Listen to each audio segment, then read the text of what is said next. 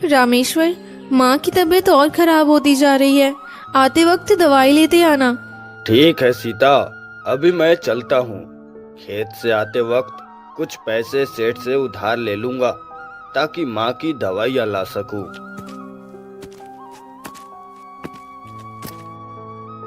बेटा तो परेशान मत हो, जल्द ही ठीक हो जाऊंगी।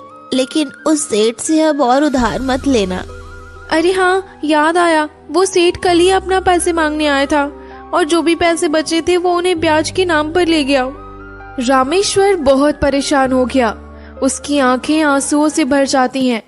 सिर में चिंता लिए वो खेत की ओर चल देता है। हे भगवान, हे भगवान, कैसी परीक्षा ले रहा है तू मेरे? कब तक तू यूं ही मेरा और मेरे परिवार का जीवन अंधकार में बिताता रहेगा? ऐसे ही अपनी किस्मत पे रोता हुआ वो अपना खेत पहुंचता है। वो काम कर ही रहा होता है कि तभी सेठ अपने आदमियों के साथ खेत पर पहुंचता है। क्यों रे रामेश्वर, मेरा पैसा कब देगा? ब्याज भी बहुत बढ़ गया है अब तो। सेठ जी, इस बार फसल इतनी अच्छी नहीं हुई है और ऊपर से माँ भी बीमार है। उनके लिए दवाई भी ले जानी थी, मगर मेरे पास पैसे ही नहीं है। उससे मुझे क्या लेना देना? मुझे तो अपने पैसों से मतलब है। ऊपर से तेरा रोज का कोई ना कोई नाटक रहता है। सेठ जी, मैं जल्द ही आपके पैसे लौटा दूंगा। बस 2 महीने का वक्त और दे दीजिए। बस कर, तेरा हमेशा का यही नाटक है, अब और नहीं। आज से ये खेत मेरा हुआ और अगर तू इस खेत के आसपास भी दिखा तो तेरे हाथ पैर तोड़ दूंगा। सेठ जी, बस मुझे आखिरी मौका दे दीजिए। अगर आप ये खेत ले लोगे तो हम जीते जी मर जाएंगे। ये मेरे दादा ने खून पसीने की कमाई से खरीदा था। लगता है तू ऐसे नहीं मानेगा। ए भोलू, इसे खेत से उठा के बाहर फेंक दे। जी मालिक। अब अगर तू इस खेत के पास दिख गया ना तो अंजाम बहुत बुरा होगा। सेठ, तुमने मेरे साथ गलत किया, लेकिन ऊपर वाला सब देख रहा है। वो एक न एक दिन जरूर न्याय करेगा। देखता हूँ तेरा ऊपर वाला मेरा क्या बिगाड़ लेगा। इतना कहकर सेठ अपने नौकरों के साथ खेत से चला जाता है। रामेश्वर की आंखों में आंसू भरे हुए थे। वो आंख में आंसू लिए घर चला जाता है। रामेश्वर घर पहुंचता है। उसे देख के पत्नी आश्चर्य होकर बोली, अजी आप आज दोपहर में ही आ गए? क्या बात है, सब ठीक तो है ना? कुछ ठीक नहीं है सावित्री। क्यों, क्या हुआ? वो सेठ खेत पर आया और मेरा खेत छीन लिया और मैं कुछ नहीं कर पाया। लेकिन वो जमीन तो अपने बाप दादा की थी ना? हाँ सावित्री, मगर उस सेठ के नौकरों ने मुझे धक्का देकर खेत से निकाल दिया। अब हम कैसे जिएंगे? तभी उसकी माँ बोली, बेटा भगवान सब देख रहा है, देखना ये सेठ अपने कर्मों का फल जरूर भोगेगा। कल से मैं दूसरों के खेत में मजदूरी करूंगा। उससे पैसे मिलेंगे तो राशन और माँ के लिए दवाइयाँ लेकर आऊंगा। शाम ढलने को थी। उस रात उन सब ने पानी पीकर ही अपनी भूख मिटाई। अगली सुबह रामेश्वर जल्दी उठकर जाने के लिए तैयार हो गया। जी बहुत जल्दी आ रहे हैं आप? हाँ सावित्री, जल्दी जाऊंगा तो ही काम मिलेगा। ठीक है जी, अपना ख्याल रखिएगा। इतना कहकर रामेश्वर अपने घर से निकल जाता है और अपने खेत के पास से एक ही खेत में मजदूरी करने लगता है। वो निस्वार्थ भाव से पूरा दिन खेत पर काम करता है। शाम को खेत पर मालिक आता है। अरे रामेश्वर, तूने तो वाकई ही बहुत अच्छा काम किया। 180 रुपए की बात हुई थी, लेकिन ले पूरे 300 रुपए। आपका बहुत बहुत धन्यवाद। फिर वो थोड़ी सी खुशी के साथ माँ के लिए दवाई और कुछ राशन लेकर घर पहुँचता है। माँ की दवाई ले आई क्या? हाँ सीता, दवाई और राशन दोनों ले आया। अरे वाह, ये तो बहुत अच्छा रहा। तभी रामेश्वर का पुराना मित्र मोहन उसके घर आ जाता है। आओ मोहन, आओ। आज कई दिन बाद कैसे आना हुआ? बस आज तुझसे मिलने का मन किया तो चल आया। और बता, सब कैसा चल रहा है? कुछ नहीं मोहन, किस्मत खराब चल रही है। फिर रामेश्वर ने सारी बात मोहन को बताई कि कैसे उस सेठ ने उसे भूमिहीन कर दिया। वो सेठ बहुत दुष्ट है, सबके साथ अन्याय करता है। ठीक है मित्र, मैं चलता हूँ, रात हो रही है। कुछ दिन ऐसे ही रामेश्वर दूसरों के खेतों में काम करता कि तभी एक दिन वो काम कर रहा होता है और अचानक चक्कर खाकर नीचे गिर पड़ता है। तभी वहां से उसका दोस्त मोहन गुजर रहा होता है। उसने रामेश्वर को बेहोश देखा तो उसने तुरंत उसके मुंह पर जल डाला। तब रामेश्वर को होश आ गया। क्या हुआ रामेश्वर, तू ठीक तो है ना? हाँ मोहन, मैं ठीक हूँ, बस धूप के कारण चक्कर आ गए थे। रामेश्वर, तू थोड़ी देर पेड़ की छांव में आराम कर ले, तब तक मैं काम कर देता हूँ। अरे मोहन, इसकी कोई जरूरत नहीं है, मैं कर लूंगा। तुम क्यों परेशान हो रहे हो? मैं तुम्हारा मित्र हूँ, तुम्हारे लिए इतना भी ना कर सका तो क्या फायदा। ठीक है, तुम इतना कह रहे हो तो मैं थोड़ी देर आराम कर लेता हूँ। फिर रामेश्वर एक पेड़ के नीचे आराम करने लगता है। आराम करते करते रामेश्वर की पेड़ की ठंडी छांव में आंख लग जाती है। मोहन पूरा दिन उसकी जगह काम करता है। शाम को जब उसकी नींद खुली तो उसने देखा कि सारा काम मोहन ने कर दिया। धन्यवाद मित्र, मैं तुम्हारा ये एहसान कभी नहीं भूलूंगा। इसमें एहसान की क्या बात, मित्र हूँ तो इतना तो कर ही सकता हूँ। अब मैं रोज आकर थोड़ी देर तुम्हारी मदद कर दिया करूँगा। मोहन, मैं सच में तुम्हारा ये एहसान कभी नहीं भूलूंगा। आगे जी आप, कैसा रहा आज का दिन? कुछ नहीं, बस मुझे थोड़ा सा चक्कर आ गया था, तभी मोहन वहां आ गया और फिर उसने ही मेरी जगह काम कर दिया और मैं आराम करता रहा। अरे वाह जी वाह, आपकी मित्रता तो काफी गहरी है। नहीं तो आज के जमाने में कौन किसकी मदद करता है भला। हाँ सीता, मोहन और मैं काफी अच्छे दोस्त हैं। उसने हमेशा मेरा साथ दिया है और कहा कि जब तक मैं ठीक नहीं हो जाता मैं तुम्हारी मदद करता रहूंगा। ठीक है जी, आइए खाना खा लीजिए, माँ जी को तो मैंने पहले ही खिला दिया था। फिर वे दोनों खाना खाते हैं और सो जाते हैं। कुछ दिन ऐसे ही बीत जाते हैं। रोज सुबह मोहन जाता और उसकी जगह पर काम करता और रामेश्वर पेड़ की छांव में आराम। ऐसे ही एक दिन सेठ का नौकर सेठ के पास आता है। सेठ जी, वो रामेश्वर का मित्र है ना मोहन, वो रोज आता है और उसकी जगह काम करता है और रामेश्वर आराम करता रहता है। अच्छा, तो ऐसी बात है। इन दोनों की दोस्ती बहुत बढ़ गई है। अब मुझे ही कुछ करना होगा। आज खाना बहुत स्वादिष्ट बनाई हो सावित्री। अच्छा जी, मतलब रोज स्वादिष्ट नहीं बनाती? नहीं, ऐसी बात नहीं है सावित्री, तुम रोज ही खाना अच्छा बनाती हो, बस आज कुछ ज्यादा ही स्वादिष्ट बनाया है। फिर ये दोनों ऐसे ही हंसी मजाक के साथ खाना खाते हैं और फिर चैन की नींद सोते हैं। अचानक जब सुबह सावित्री की नींद खुली तो उसने देखा कि माँ कुछ बोल नहीं रही है। वो घबरा गई और तुरंत ही रामेश्वर को जगाने लगी। रामेश्वर, जल्दी उठो, देखो माँ कुछ बोल नहीं रही है।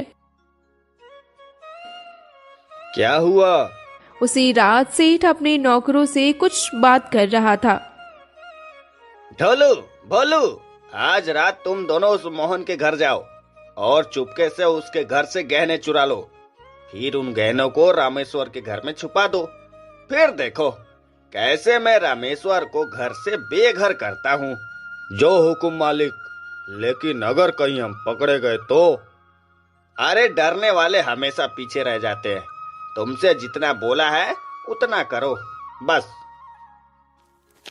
फिर वे दोनों रात के 2 बजे चुपके से सेठ के हवेली से निकलते हैं और दबे पांव मोहन के घर के भीतर जाते हैं। वहां पर रखे बक्से को धीरे से खोलकर वे सारे गहने चुराकर चुपचाप वहां से निकल जाते हैं और मौका देखकर रामेश्वर के घर से सारे गहने छुपा देते हैं। सुबह मोहन की पत्नी राधा ने बक्सा खोला तो देखा कि उसमें रखे गहने चोरी हो गए हैं। वो तुरंत घबराती हुई मोहन के पास जाकर बोली, क्या गहने चोरी हो गए? राधा, परेशान मत हो, मैं अभी मुखिया जी के पास जाता हूँ और चोर को पकड़ता हूँ। लेकिन आज पहली बार हमारे घर में चोरी हुई है। आज तक ऐसा कभी नहीं हुआ। मुझे लगता है वो तुम्हारा दोस्त, क्या नाम है उसका? हाँ, वो रामेश्वर, उसने ही चोरी की होगी, क्योंकि वो आता जाता रहता है और कोई यहाँ नहीं आता। मुझे पूरा यकीन है कि वही चोर है। ये तुम क्या बोल रही हो सीता? अभी अभी उसकी माँ का निधन हुआ है। ऊपर से वो बहुत ईमानदार है। मुझे पूरा यकीन है कि वो चोरी नहीं कर सकता। इतना कहकर मोहन अपने घर से निकल जाता है और चलते चलते वो मुखिया के यहाँ पहुँचता है। मुखिया जी, अरे ओ मुखिया जी, बाहर आइए। मुखिया बाहर आता है। अरे मोहन, बड़े दिन बाद, कहो कैसे आना हुआ मेरे यहाँ? वैसे तो तुम दिखाई नहीं देते। मुखिया जी, कल रात किसी ने मेरे गहने चुरा लिए हैं। मैं तो बर्बाद हो गया। मुखिया जी, वो मेरे जीवन भर की कमाई थी। कुछ कीजिए मुखिया जी। क्या? चोरी? वो भी इस गांव में? रुको, मैं अभी सबको बुलवाता हूँ। मुखिया ने अपने नौकर से कहकर सभी लोगों को गांव में बुलाया। कुछ देर में गांव की भीड़ इकट्ठी हुई और सेठ भी अपने नौकरों के साथ आया। देखो गांव वालों, किसी ने मोहन के घर से गहने चुरा लिए हैं। अगर जिसने भी लिए हैं तो अभी दे देगा तो बच जाएगा, किंतु अगर तलाशी लेने पर पकड़ा गया तो उसे सजा दी जाएगी। तुम्हें किस पर शक है मोहन?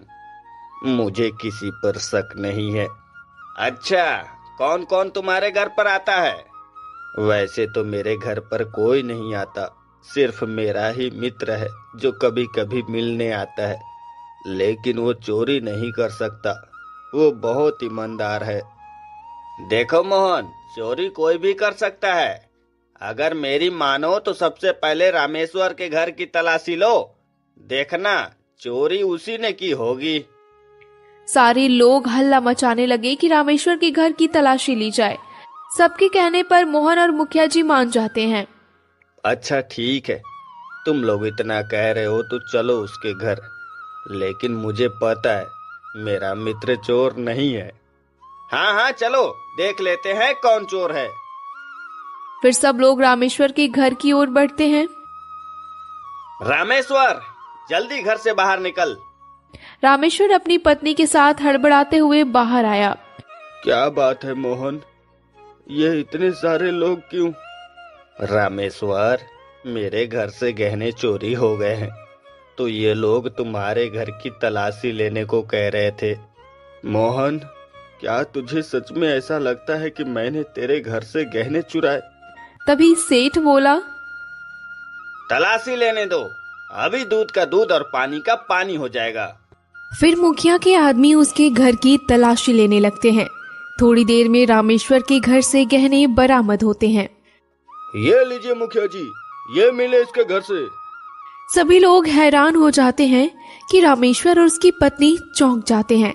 किसी को विश्वास नहीं हो रहा था कि रामेश्वर ने गहने चुराए, वो भी अपने सबसे पक्के मित्र के। देखा मोहन भाई, जिस पर तुमने सबसे ज्यादा विश्वास किया उसने ही तुम्हें धोखा दिया। मोहन एकदम चुप हो जाता है। उसे विश्वास नहीं हो रहा था कि उसके सबसे पक्के मित्र ने उसके घर में चोरी की। ये सरासर झूठ है। मुझे नहीं पता है ये गहने मेरे घर में कैसे आए। मैं तो कई दिनों से मोहन के घर भी नहीं गया। मेरी बात का विश्वास करो। हाँ, ये बिल्कुल सही बात है। वैसे भी माताजी के निधन के बाद वो जाते कहीं नहीं जाते। तुम्हारे घर से गहने बरामद हुए हैं और तुम लोग कह रहे हो कि तुमने चोरी नहीं की, तो क्या कोई भूत आकर यहाँ गहने रख गया? मुझे लग रहा है ये किसी की साजिश है, हमें फंसाया जा रहा है। मोहन, कम से कम तुम तो विश्वास करो।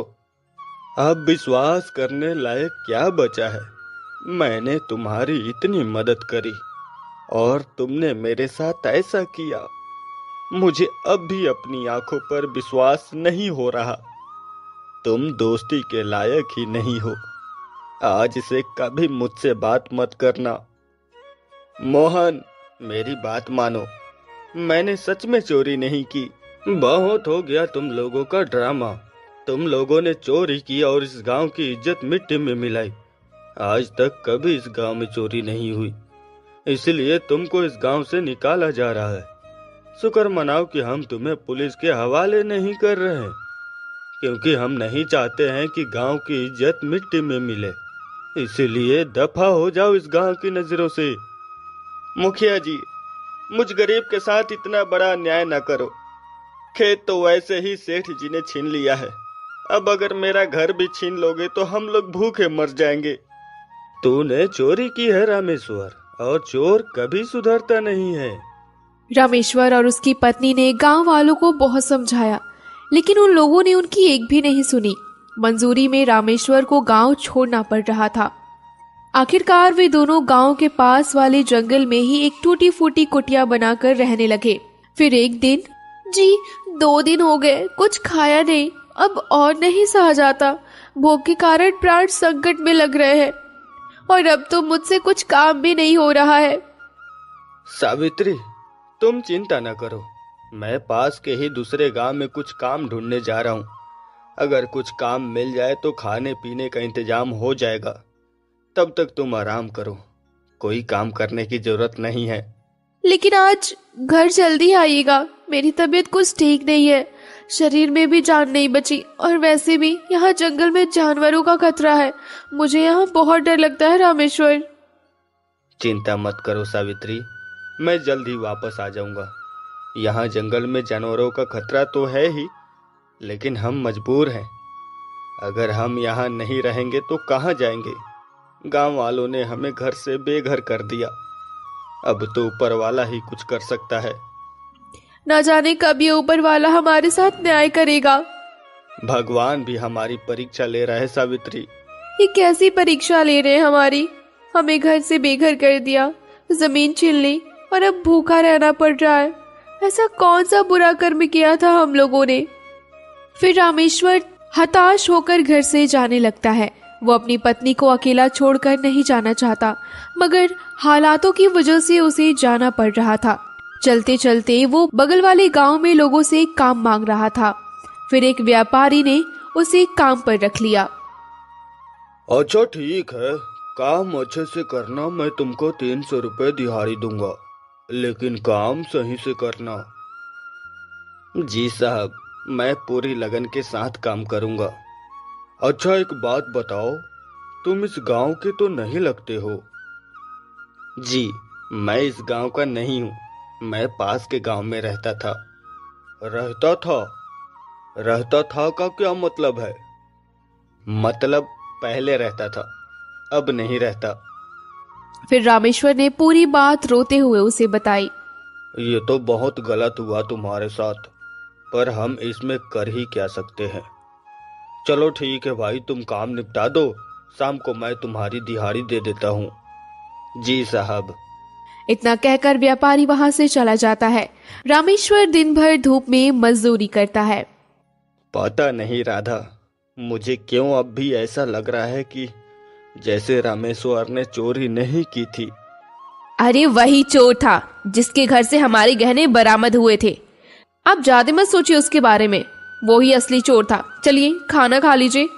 रामेश्वर काम कर रहा था कि तभी व्यापारी खेत पर पहुंचा तो देखा कि रामेश्वर ने बहुत काम निपटा दिया है। अरे वाह भाई, तुम तो पूरी लगन से काम करते हो। तुम ये लो 400 रुपए, तुम्हारी कुछ मदद हो जाएगी और कल से काम पर आ जाया करना। धन्यवाद साहब जी, मैं रोज समय से आ जाया करूंगा। अच्छा साहब जी, चलता हूँ। इतना कहकर रामेश्वर घर की ओर चल देता है। ये लो सावित्री, जल्दी से पका दो, मुझे भी बहुत जोर से भूख लगी है। आज साहब जी ने 400 रुपए दिए थे। क्या 400 रुपए? ये तो बढ़िया है। अच्छा पहले मैं खाना पका देती हूँ। ठीक है सावित्री, सावित्री चूल्हे पर भोजन पकने को रख देती है। थोड़ी देर बाद खाना पककर तैयार हो जाता है। फिर वे दोनों भरपेट खाना खाते हैं और सोने चले जाते हैं। ऐसे ही कुछ दिन बीत जाते हैं। एक दिन दोपहर में रामेश्वर काम से वापस आ रहा था कि तभी रास्ते में उसे एक साधु बेहोश पड़े दिखाई पड़ते हैं। वो तुरंत उन्हें उठाकर बैठाता है। साधु महाराज प्रणाम। क्या हुआ, आप यहाँ बेहोश कैसे हो गए थे? कुछ नहीं बेटा, भयंकर धूप के कारण बस चक्कर आ गए थे। लेकिन तुम मुझे कुछ परेशान से लग रहे। क्या बात है, मुझे बताओ। शायद मेरे पास कोई निवारण हो तुम्हारी चिंता का। अब आप पूछ रहे हो तो बताता हूँ आपको। फिर रामेश्वर ने सारी बात साधु को बताई कि कैसे उस सेठ ने उसकी जमीन छीन ली और फिर कैसे उसके ऊपर चोरी का इल्जाम लगा दिया। अच्छा, तो ये बात है। फिर उन्होंने आंखें बंद की और देखा कि किसने चोरी की थी। बेटा, तुम निर्दोष हो। मुझे पता है कि असली चोर कौन है, लेकिन वो मैं यहाँ नहीं बताऊंगा। वो मैं गांव चलकर ही बताऊंगा। चलो अभी गांव चलते हैं और सच बताते हैं लोगों को। फिर साधु और रामेश्वर गांव की ओर जाने लगते हैं। वैसे साधु महाराज, किसने की चोरी, मुझे तो बताइए। बेटा तुम चलो तो सही, अभी मैं राज से पर्दाफाश करता हूँ। रामेश्वर मन में सोच रहा था कि आखिर ऐसा कौन कर सकता है। चलते चलते वो दोनों गांव के मुखिया के घर पहुँचते हैं। प्रणाम साधु महाराज, आज कैसे आना हुआ गांव में? कोई खास वजह है क्या? हाँ, मुझे सभी गांव वालों को एक बात बतानी है। सभी को तुरंत यहाँ इकट्ठा करो। ठीक है साधु महाराज, जैसी आपकी आज्ञा। उसने तुरंत अपने नौकर के सभी गांव वालों को बुलाने का हुक्म दिया। थोड़ी ही देर में गांव के लोग वहां इकट्ठा होने लगे। सेठ और मोहन भी वहां पर पहुंचे। फिर साधु महाराज बोले, गांव वालों, कुछ दिन पहले मोहन के घर से गहनों की चोरी हुई थी, जिसका इल्जाम उसके मित्र रामेश्वर पर आया था। लेकिन असल चोर कोई और था। गांव वाले चौंक जाते हैं और सेठ भी थोड़ा सटपटा जाता है। ये कैसी बात कर रहे हैं साधु महाराज? गहने तो रामेश्वर के घर से ही मिले थे, जिससे साफ हो गया था कि चोरी इसने ही की। मैं बिना प्रमाण के कोई बात नहीं बोलता हूँ सेठ। फिर साधु बाबा ने रहस्यमयी अंदाज में अपने हाथ घुमाए। सामने एक टीवी की स्क्रीन जैसी प्रकट हुई, जिसमें दिख रहा था कि कैसे सेठ ने अपने नौकरों के साथ मिलकर योजना बनाई और फिर नौकरों ने गहने चुराकर रामेश्वर के घर में छिपा दिए। क्या इतना बड़ा झूठ, मतलब चोरी इस सेठ ने की और इल्जाम मेरे मित्र पर लगा दिया? ये तूने अच्छा नहीं किया सेठ। सेठ तुरंत मुखिया के सामने रोने लगा। मुझे माफ कर दो, मैंने रामेश्वर को गांव से निकालने के लिए यह सब किया था। मुझे अपनी गलती पर पछतावा है।